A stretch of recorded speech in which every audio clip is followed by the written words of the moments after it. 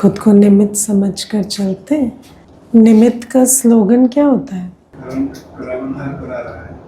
और निमित्त का स्लोगन क्या है?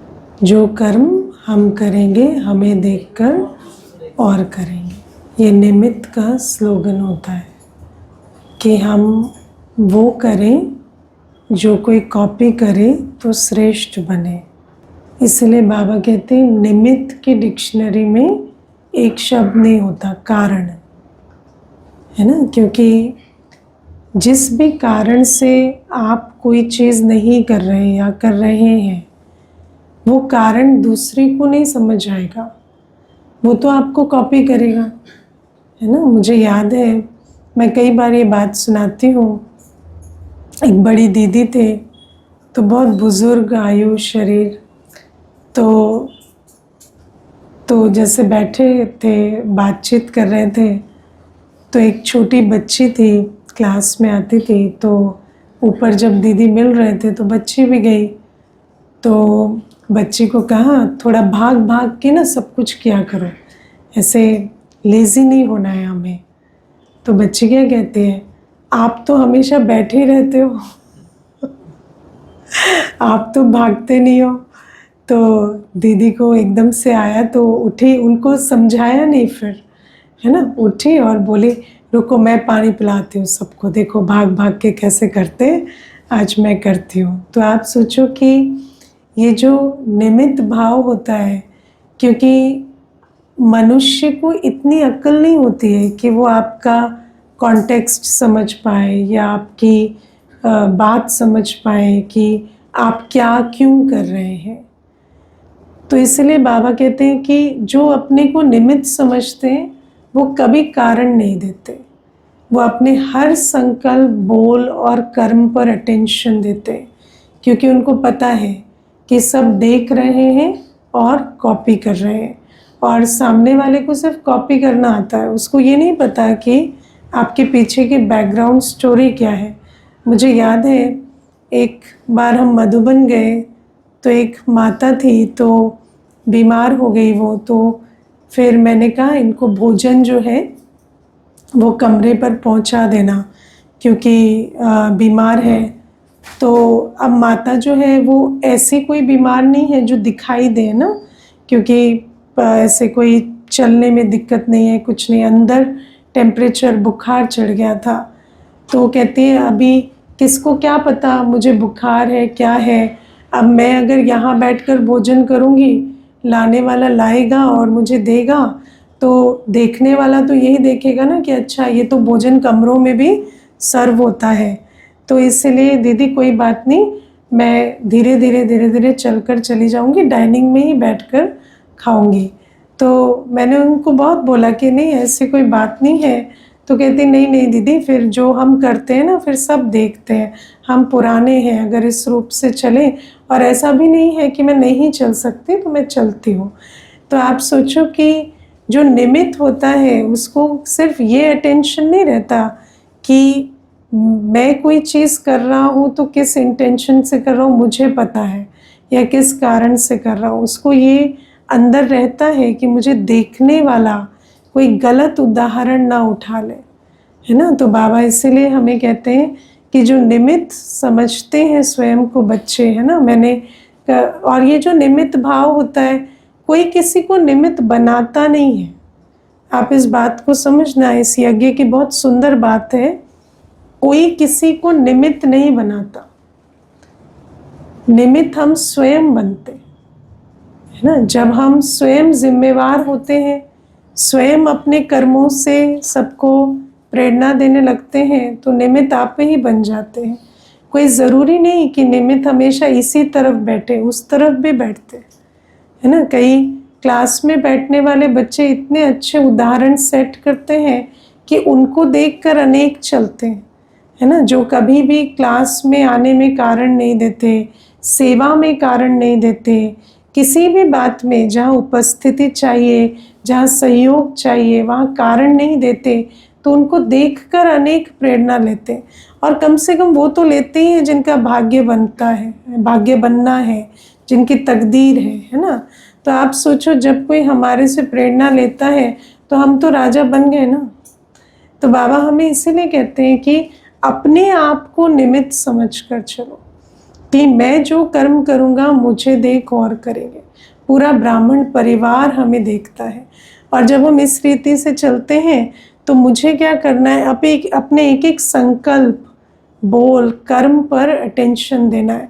और सबसे पहले कमजोरी कहाँ आती है? संकल्प में, है ना। पहले संकल्प कमजोर होता है, फिर वाणी में आता है, फिर कर्म में आता है। तो जहाँ संकल्प ढीला पड़े ना, मानो जरा भी ऐसे भी संकल्प आया ना कि आज नींद आ रही है या अमृत वेला, है ना, नहीं हो रहा, जाग नहीं आ रही ठीक से, तो उस संकल्प को ही परिवर्तन करो। समझो कि हम निमित्त हैं, हम अगर सोएंगे तो बाकी कैसे। और आप सोचो कि सिर्फ देखना नहीं, सिर्फ हमें देखने वाले नहीं, लेकिन हम आधार मूर्त है।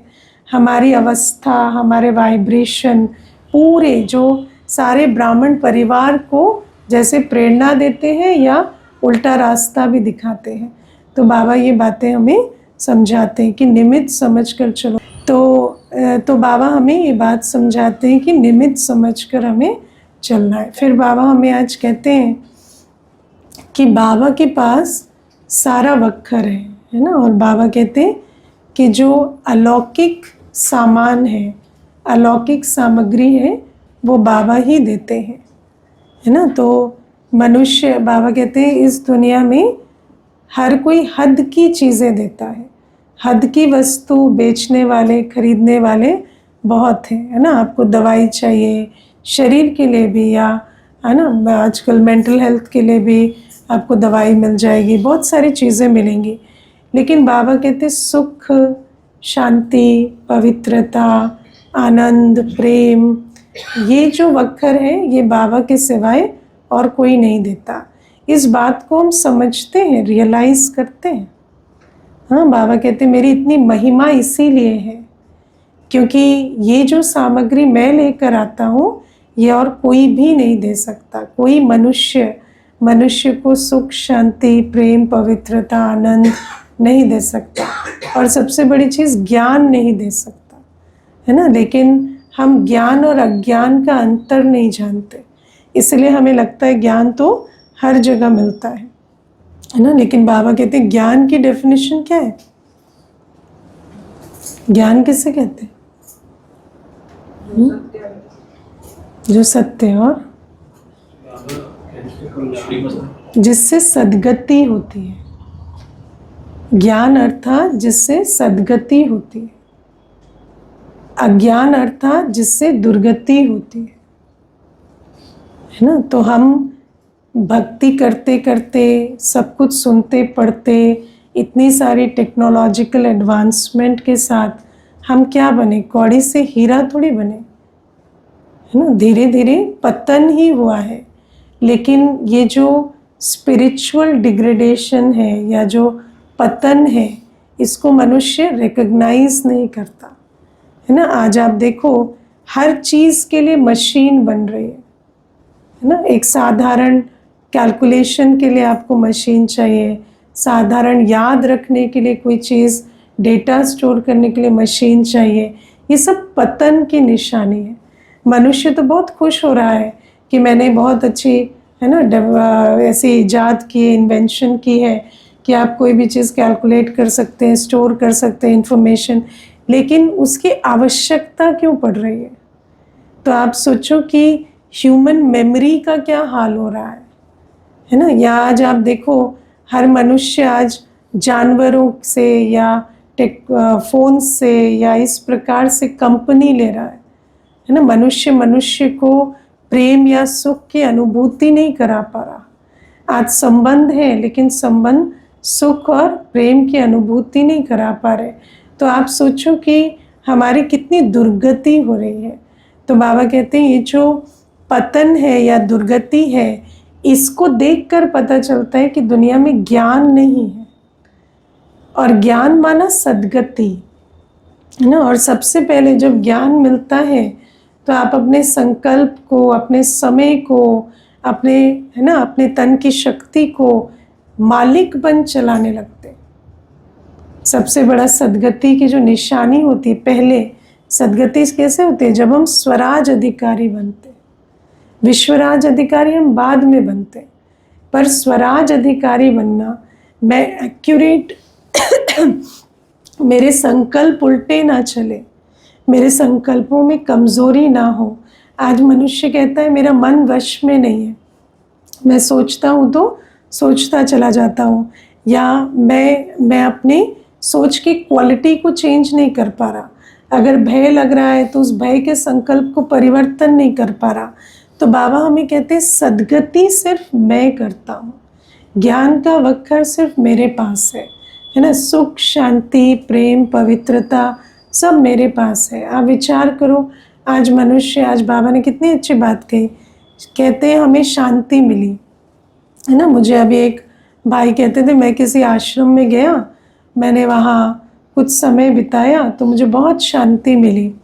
तो आपके यहाँ ऐसा कुछ नहीं होता कि आप हमें भेज दें, है ना। तो मैंने कहा भेज तो हम भी सकते हैं, लेकिन फिर आप कितने दिन रहेंगे? तो कहते कि 4-5 दिन। तो मैंने कहा आपको 4-5 दिन की शांति चाहिए? आपको क्या चाहिए? आप 4-5 दिन तो हो के आए ना, जो भी फला आश्रम में आप गए, आप 4-5 दिन होकर आए, पर उसके बाद क्या? अभी भी आप आ गए कि मुझे माउंट आबू भेज दो, भेज भी देंगे, पर 4-5 दिन के बाद क्या? तो आपको शांति चाहिए तो स्थायी शांति चाहिए, या ऐसे ही 4-5 दिन के स्लॉट में शांति चाहिए? तो कहते नहीं, स्थायी तो पॉसिबल नहीं है ना। तो मैंने कहा वो तो आपने पूछा नहीं ना हमें कि आप वो ऑफ़र करते हो या नहीं आप तो एज्यूम कर रहे हो ना। तो फिर उनको बोला कि आप समझो, कोर्स करो। तो आप विचार करो कि मनुष्य का क्या है, कहेगा मैं वहाँ गया ना, मुझे बहुत शांति मिली, लेकिन वो शांति अभी थोड़ी है, वो तो ख़त्म हो गई। इससे मिले तो शांति मिली, वहाँ गए तो शांति मिली, उसके बाद अशांत हो गए। तो बाबा कहते हैं शांति तो शांति धाम में मिलती है, और मैं तुम्हें शांति की सामग्री देता हूँ, मैं तुम्हें शांति देता हूँ। बाबा जब हमें कहते हैं कि मैं तुम्हें ज्ञान देता हूँ, तो उसका मतलब है मैं वो ज्ञान देता हूँ जिससे सद्गति होती है ना। मैं वो ज्ञान, वो नहीं जिससे कोई अल्पकाल का सोर्स ऑफ इनकम बन जाए, है ना। फिर बाबा कहते हैं मैं तुम्हें शांति देता हूँ। तो शांति माना स्थायी शांति, संपूर्ण शांति, जो शांति धाम में मिलती है। फिर बाबा कहते हैं मैं सुख देता हूँ। तो सुख माना सुख धाम में 21 जन्म का तुम्हें वर्षा देता हूँ। तो इसलिए बाबा कहते हैं कि मैं ही हूँ जो तुम्हें सब कुछ देता हूँ, बाकी सब कुछ अल्पकाल का है। अल्पकाल का कोई चीज़ प्राप्त करना या ना करना एक बराबर होता है, क्योंकि थोड़े समय मिलेगी उसके बाद गुम, है ना। तो बाबा हमें ये समझाते हैं कि मैं ही हूँ जो सबसे बड़ा सौदागर हूँ, सबसे बड़ा, है ना, सेठ हूँ जिसके पास सारा वक्र है। और बाबा कहते हैं मुझे कोई कॉपी नहीं कर सकता, क्यों? ये मेरा है है ना। जिसका दुनिया में अगर किसी के कोई ऐसी चीज़ प्रोड्यूस कर रहा है जो सिर्फ उसी के पास है, तो उसको कोई कॉपी नहीं कर सकता। तो बाबा हमें कहते हैं मैं जो सामान तुम्हें देता हूँ वो कोई कॉपी नहीं कर सकता। इसीलिए आप देखो, अब मनुष्य क्या कहता है, आज आप किसी को भी पूछो, वैसे सुनने में बड़ा अजीब लगता है, लेकिन सच बात यह है कि आज आप अगर एक सर्वे कराओ कि आपको भगवान में इंटरेस्ट है, तो मोस्टली मनुष्य कहता है मुझे भगवान में इंटरेस्ट नहीं है ना, मुझे भगवान से कोई लेना देना नहीं है। मैं तो स्पेशली जब यूथ के प्रोग्राम्स कराने जाती हूँ कोई कॉलेजेस में या यूनिवर्सिटीज़ या इंस्टीट्यूशंस में, तो हमेशा उनको पूछती हूँ are you interested in God? तो एकदम से कहते नहीं, है ना। तो फिर उनको पूछते हैं कि are you interested in peace, in happiness? तो बोलते हैं यस। तो फिर हम उनको बताते हैं कि ये दो अलग अलग चीज़ें नहीं हैं है ना। अगर आपको शांति में इंटरेस्ट है, सुख में इंटरेस्ट है, तो आपको परमात्मा में इंटरेस्ट लेना पड़ेगा। क्योंकि बाबा हमें कहते हैं कि मेरी महिमा गाते हैं तो शांति का सागर है, प्यार का सागर है, सुख का सागर है, लेकिन रियलाइज़ नहीं करते कि ये जो मेरी महिमा है ये सिर्फ मेरी है, कोई और नहीं जिससे ये सामग्री मिल सके। लेकिन देखो वंडर कैसा है कि हम भगवान से आज धन संपत्ति ऐश्वर्य सब कुछ मांगते हैं, स्वास्थ्य मांगते हैं, लेकिन बस यही चीज़ नहीं मांगते, है ना। भक्ति में आप किसी को कहो भगवान से प्यार ले लो, सुख ले लो, नहीं, सुख वस्तु से मिलता है, शांति ही मिलती है ना, स्थान से, या आपको प्यार मिलता है व्यक्ति से, है ना। आपको जो देह अभिमान या जो कॉन्फिडेंस है वो आता है प्राप्ति से। तो बाबा कहते हैं कि ये जो सारी उल्टी प्रोग्रामिंग हमारे अंदर हुई है, इसको आज बाबा ठीक कर रहे हैं कि वास्तव में सारी सामग्री मेरी है, इसीलिए मेरी इतनी महिमा गाते हैं। और फिर बाबा हमें कहते हैं मैं सौदागर हूँ, है ना। सौदागर माना फ्री में कुछ नहीं देता, है ना। सौदागर का नियम क्या है, कुछ पाना है तो कुछ करना पड़ेगा, है ना। तो बाबा कहते तुम्हें मुझसे सब कुछ चाहिए तो तुम्हें कुछ करना पड़ेगा। क्या करना पड़ेगा? बाबा को याद करना पड़ेगा। तो बाबा कहते हैं कि मैं हूँ, मैं अलौकिक सामग्री देने आया हूँ, मैं तुम्हें सब कुछ देने आया हूँ, लेकिन लेने के लिए तुम्हें मुझे याद करना पड़ेगा। अब हम देखें कि हम कितना अपना स्टॉक भर रहे हैं, क्योंकि बाबा हमें ये नियम समझाते हैं कि इस समय जो भी कुछ बाबा हमें देते हैं वो 21 जन्मों तक चलेगा। और बाबा हमें कहते हैं इस स्वरूप में नहीं, जिस स्वरूप में आज तुम चाहते हो ना, वस्तु, व्यक्ति, वैभव, स्वास्थ्य, संबंध का सुख हर प्रकार से तुम्हें मिलेगा, लेकिन उसका बीज कहाँ है? ये जो मैं तुम्हें अभी दे रहा हूँ, इस बीज से वो सुख, वो धन संपदा या सुख शांति या स्वास्थ्य या मीठे संबंध का वृक्ष जन्म लेता है। तो बाबा कहते हैं इसके लिए तुम्हें सौदा करना पड़ेगा। सबसे पहले मेरी याद में रहो, और फिर बाबा कहते हैं दान दो विकारों का। दान दिया है विकारों का। दान की विधि क्या है? जो दे दिया फिर संकल्प में भी वापस नहीं लेना। किसने ऐसे दान दिया है विकारों का जो कभी वापस नहीं लेते? कभी बैठकर दान किया है, संकल्प किया है कि बाबा अब मैंने आपको 5 विकार दान दे दिए। अब क्या करते हैं पता है ना, 1 विकार दान करते हैं, है ना। बाबा मैंने आपको क्रोध दान कर दिया, लेकिन ये 5 विकार जो है ना, इनके आपस में हाँ संबंध है। अगर एक भी है तो 5 आ जाएंगे, है ना। वो कहते हैं ना रावण के सिर सारे इकट्ठे काटने पड़ेंगे, नहीं तो एक काटा तो उगाएगा। तो बाबा कहते हैं ऐसे हमारे जो विकार है इनका भी आपस में संबंध है। 5 विकार दान कर देना, है ना। झटकू बनना है ना। काम, क्रोध, लोभ, मोह, अहंकार एक साथ दान करना है। और बाबा कहते हैं उसे वापस नहीं लेना है, क्योंकि बाबा की याद में भी रहते हैं भले, लेकिन अगर विकारों का दान नहीं दिया है तो फिर याद का बल नहीं भरता।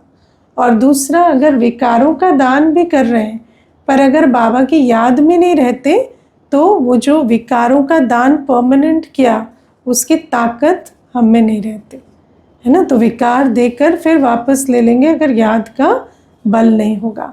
तो पहली चीज़ है कि याद में रहना, फिर विकारों का दान भी आवश्यक है। फिर तीसरा, सर्व संबंध बाबा से जोड़ने पड़े।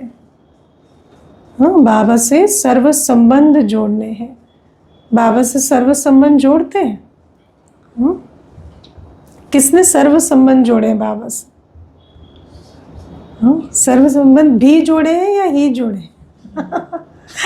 बाबा आप ही माता पिता, बंधु, सखा, स्वामी, शिक्षक, साजन, सतगुरु हो या आप भी हो? हाँ, मेरे 2 माता हैं, 2 पिता हैं, हाँ 2 शिक्षक हैं।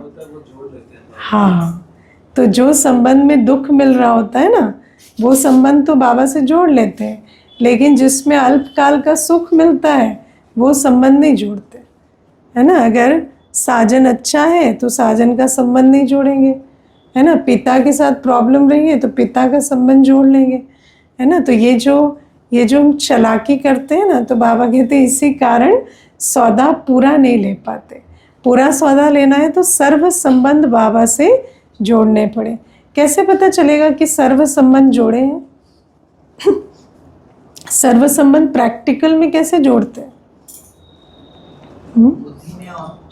बुद्धि में और कुछ नहीं, प्रैक्टिकल जीवन में भी और कोई नहीं। कल भी सुना रही थी ना, जब सर्व संबंध बाबा से जोड़ लेंगे तो बाबा ही प्रायोरिटी है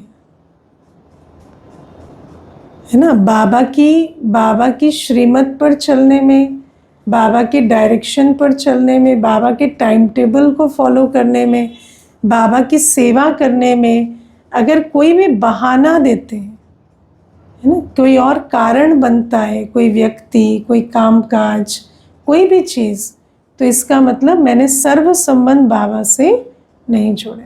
बाबा ये नहीं कहते कि तुम तोड़ नहीं निभाओ, ठीक है, तुम संसार में हो, तुम सब करो, लेकिन बाबा कहते पहले बाबा, है ना। अगर भट्टी है और हम कहें नहीं, पहले फला व्यक्ति को मेरी ज़रूरत है या फला मुझे ये काम काज है, तो मैंने संबंध बाबा से नहीं जोड़ा है ना। आप देखो दुनिया में भी जो प्यारा संबंध होता है ना, वो हमारी प्रायोरिटी होता है। प्यारे संबंध को हम कभी सेकंड नहीं करेंगे, है ना। तो बाबा कहते हैं कि सर्व संबंध मुझसे जोड़ने हैं, है ना। कौन कौन है जो बाबा को ही प्रायोरिटी बनाते हैं? कुछ भी हो जाए है ना। कई तो बाबा को एकदम लास्ट में रखते हैं, है ना। जब पूरे फ्री हो गए, कोई काम नहीं है ना, कोई और डिस्टर्ब नहीं कर रहा, आज पूरे फ्री है, तब बाबा के पास जाते हैं। लेकिन बाबा कहते हैं ऐसे कर सकते हैं, करने को तो कोई कुछ भी कर सकता है, पर उससे वर्षा नहीं मिलेगा हमें। तो बाबा हमें ये बात समझाते हैं। फिर और क्या करना है? बाबा कहते पूरा श्रीमत पर चलना है ना। बाबा जो भी श्रीमत देते हैं सुबह से लेकर रात तक, तन मन धन सबके प्रति, उस पर मुझे चलना पड़े। और बाबा कहते हैं फिर ज्ञान धन भी दान करना है ना। ज्ञान धन भी दान करना है। और बाबा हमें कहते हैं कि सिर्फ ज्ञान धन ही नहीं, हम बच्चों को जो खजाने बाबा से मिले वो हमें दान करना है। बाबा से सबसे ज़्यादा झोली किसकी भरती है? हाँ, जो इंस्ट्रूमेंट बनते हैं, है ना। कई बार पूछते हैं ना कि जो मैं देखो एक माता है तो उनको कभी भी सेवा में बुलाओ ना तो ज़रूर आती है। यहाँ कभी भी बहानेबाजी नहीं, अटेंड पहुँचना करना। तो मुझे कोई पूछ रहे थे कि इनको इतनी ताकत कहाँ से आती है ना। इनको इतनी जो शारीरिक शक्ति है या जो शरीर में इतनी जो ऊर्जा है, ये कहाँ से आती है? तो मैंने कहा ये बाबा देता है। तो बोले बाबा मुझे तो नहीं देता। तो मैंने कहा क्योंकि आप बाबा का कार्य नहीं करते, है ना। तो बाबा का जो कार्य संभालता है ना, बाबा उसको कभी खाली नहीं होने देता, है ना। तो जो तन की सेवा करता है उसका तन कभी भी थकेगा नहीं। जो मनसा सेवा करता है उसको कभी मन में उलझन नहीं होगी। जो धन से सेवा करता है उसको कभी धन की कमी नहीं होगी। लेकिन बाबा कहते हैं जो ज्ञान धन दान करता है उसकी बुद्धि कभी ज्ञान रत्नों से भी खाली नहीं होगी, है ना। कई बार लगता है ना कि फला व्यक्ति को या फला ब्राह्मण को इतने अच्छे ज्ञान के पॉइंट सूझते हैं, मुझे क्यों नहीं सूझते? क्योंकि वो ज्ञान धन दान करते। तो जो ज्ञान धन दान करेगा उसका ज्ञान धन का खजाना कभी खुटेगा नहीं। जो शांति दान करेगा, जो अपने मनसा वाचा कर्मणा से शांत रहकर हर एक को शांत करने का लक्ष्य रखते हैं, शांति देने का लक्ष्य रखते हैं, उनको कभी भी अशांति नहीं होगी, है ना। तो बाबा कहते हैं हर खजाना जो मेरा है वो दान करेंगे तो भरपूर होंगे, है ना। तो बाबा कहते हैं ना सिर्फ कस्टमर नहीं बनो, प्रोप्राइटर बन जाओ, है ना। कस्टमर को तो थोड़ा बहुत मिलेगा, लेकिन जो प्रोप्राइटर बन जाएगा उसको तो फिर पूरा स्टॉक उसका फुल रहेगा ताकि वो आगे भी दे सके।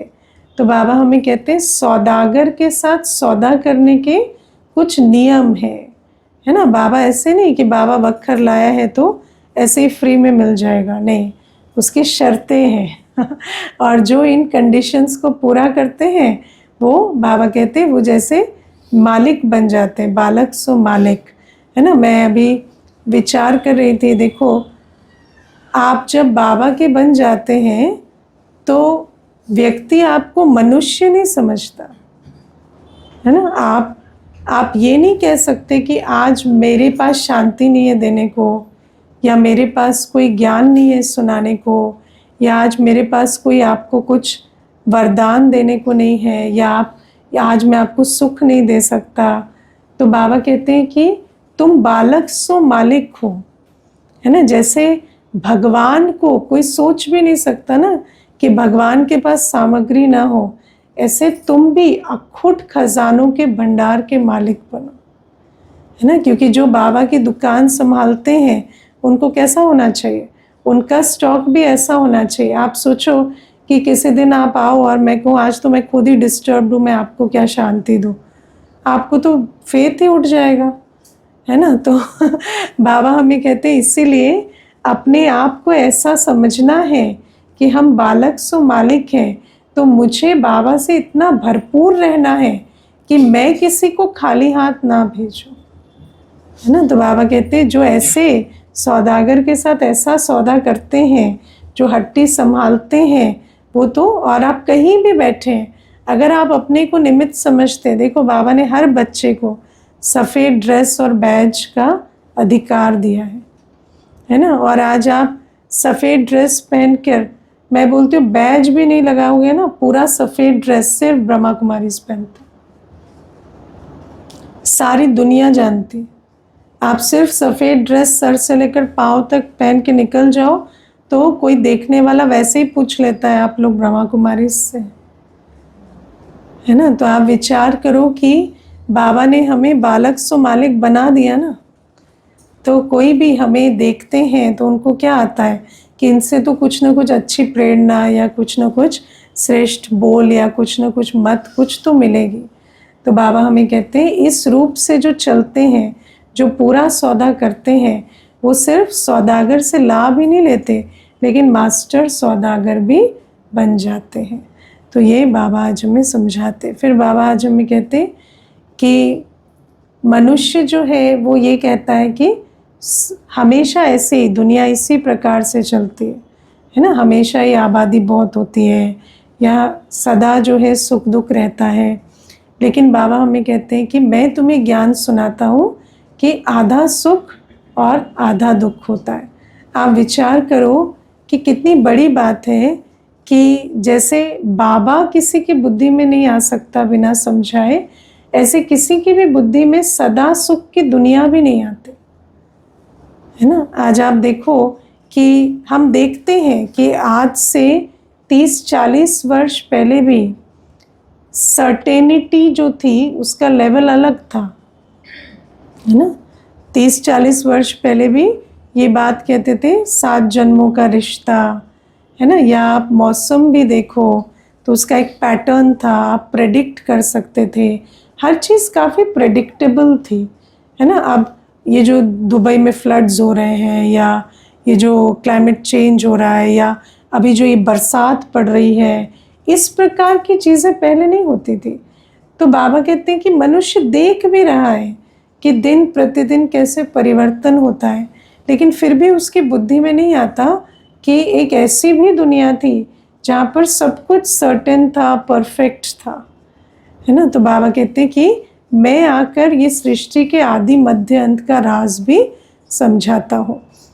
और जब हम किसी भी चीज़ को जानते हैं तो उसकी शक्ति हमें मिल सकती है ना। मान लो आपके सामने एक नल है लेकिन आपको नहीं पता कि इसको घुमाकर पानी भी, है ना, ले सकते हैं, तो भले आपके सामने नल है पर आप अपनी प्यास नहीं बुझा सकेंगे, है ना। तो बाबा ऐसे ही हमें समझाते हैं कि हमारा जो बाबा हमें कहते हैं ना स्मृति से समर्थी, जैसे जैसे ज्ञान मिलता है, जैसे जैसे वो स्मृति में वो अवेयरनेस जागती है कि मेरे अंदर पोटेंशियल क्या है, आज भले ही वो अवस्था हमारे नीचे गिर गई, पर मेरा हाईएस्ट पोटेंशियल क्या है, वो बुद्धि का ताला खुलता है तो फिर से हम उस स्वरूप में स्थित हो पाते हैं।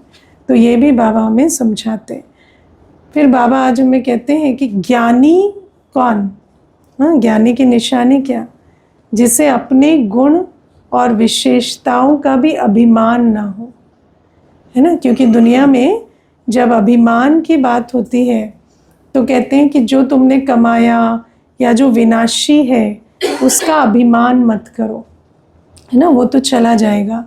लेकिन गुण और विशेषता का अभिमान जो है वो भक्ति में अलाउड है, कि आप गुण और विशेषता पर तो अभिमान कर सकते हो कि मैं गुणवान हूँ या मेरे में ये विशेषता है। जैसे आज दुनिया में भी कहेंगे कि ठीक है, तुमने धन कमाया, पद पोजीशन कमाए, वो जा सकते, लेकिन आपका टैलेंट वो तो आपकी अपनी चीज़ है ना, तो आप उस पर अभिमान करो, है ना, अपने आप को उस पर ठहराओ। लेकिन बाबा कहते हैं जो सच्चा ज्ञानी होता है ना, वो अपने गुण और विशेषता पर भी अभिमान नहीं करता। क्यों नहीं करता? बाबा का दिया हुआ, कई बार तो हम बाबा के पास आने से पहले भी हमारे अंदर कोई गुण होता है ना, कोई विशेषता होती है, ऐसा भी होता है ना, हम लेकर भी आए।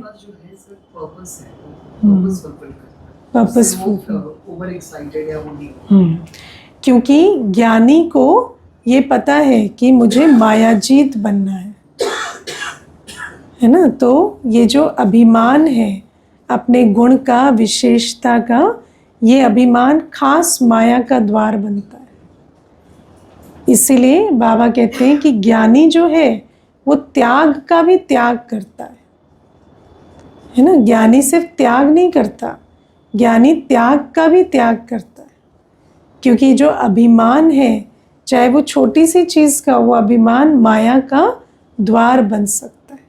इसीलिए बाबा कहते हैं ज्ञानी जो है बहुत कॉन्शियसली ये प्रैक्टिस धारण करता है कि चाहे मेरे अंदर कोई गुण है, विशेषता है, लेकिन वो ड्रामा अनुसार मुझे सफल करने के लिए मिली है, विश्व कल्याण के लिए मिली है।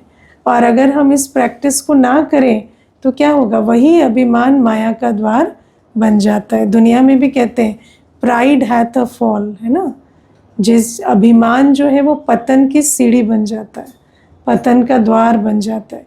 क्योंकि जैसे मैं चलता है ना, मैं करता हूँ, मेरे बिना नहीं होगा, है ना, कई ऐसे होते हैं। मैंने देखा है कई भाई बहनें आएंगे, है ना, तो नए आएंगे तो बहुत अच्छा ग्रैटिट्यूड रहता है, बाबा ने हमें बनाया, बाबा ने किया।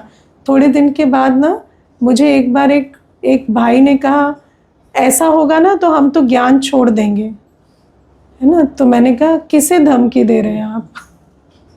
मैंने लिटरली उनको कहा, मैंने कहा आप क्या धमकी दे रहे हैं मुझे? तो कहते नहीं मैं धमकी नहीं दे रहा। तो मैंने नहीं, आप धमकी दे रहे हैं। आपको क्या लगता है आपके ज्ञान छोड़ने से यहाँ का कारोबार नहीं चलेगा, है ना। तो मनुष्य को पता भी नहीं चलता। अब ऐसा नहीं है कि वो कोई सोच कर धमकी दे रहे हैं, पर शब्द ऐसे बोलते हैं, हम बाबा को छोड़ देंगे, हम या ज्ञान को छोड़ देंगे, हम यज्ञ को छोड़ देंगे। तो छोड़ देंगे, कोई बात नहीं, उससे पहले भी चल रहा था, आगे भी और अच्छा चलेगा, कोई ऐसी बात नहीं। हम बाबा के पास आए अपना कल्याण करने के लिए।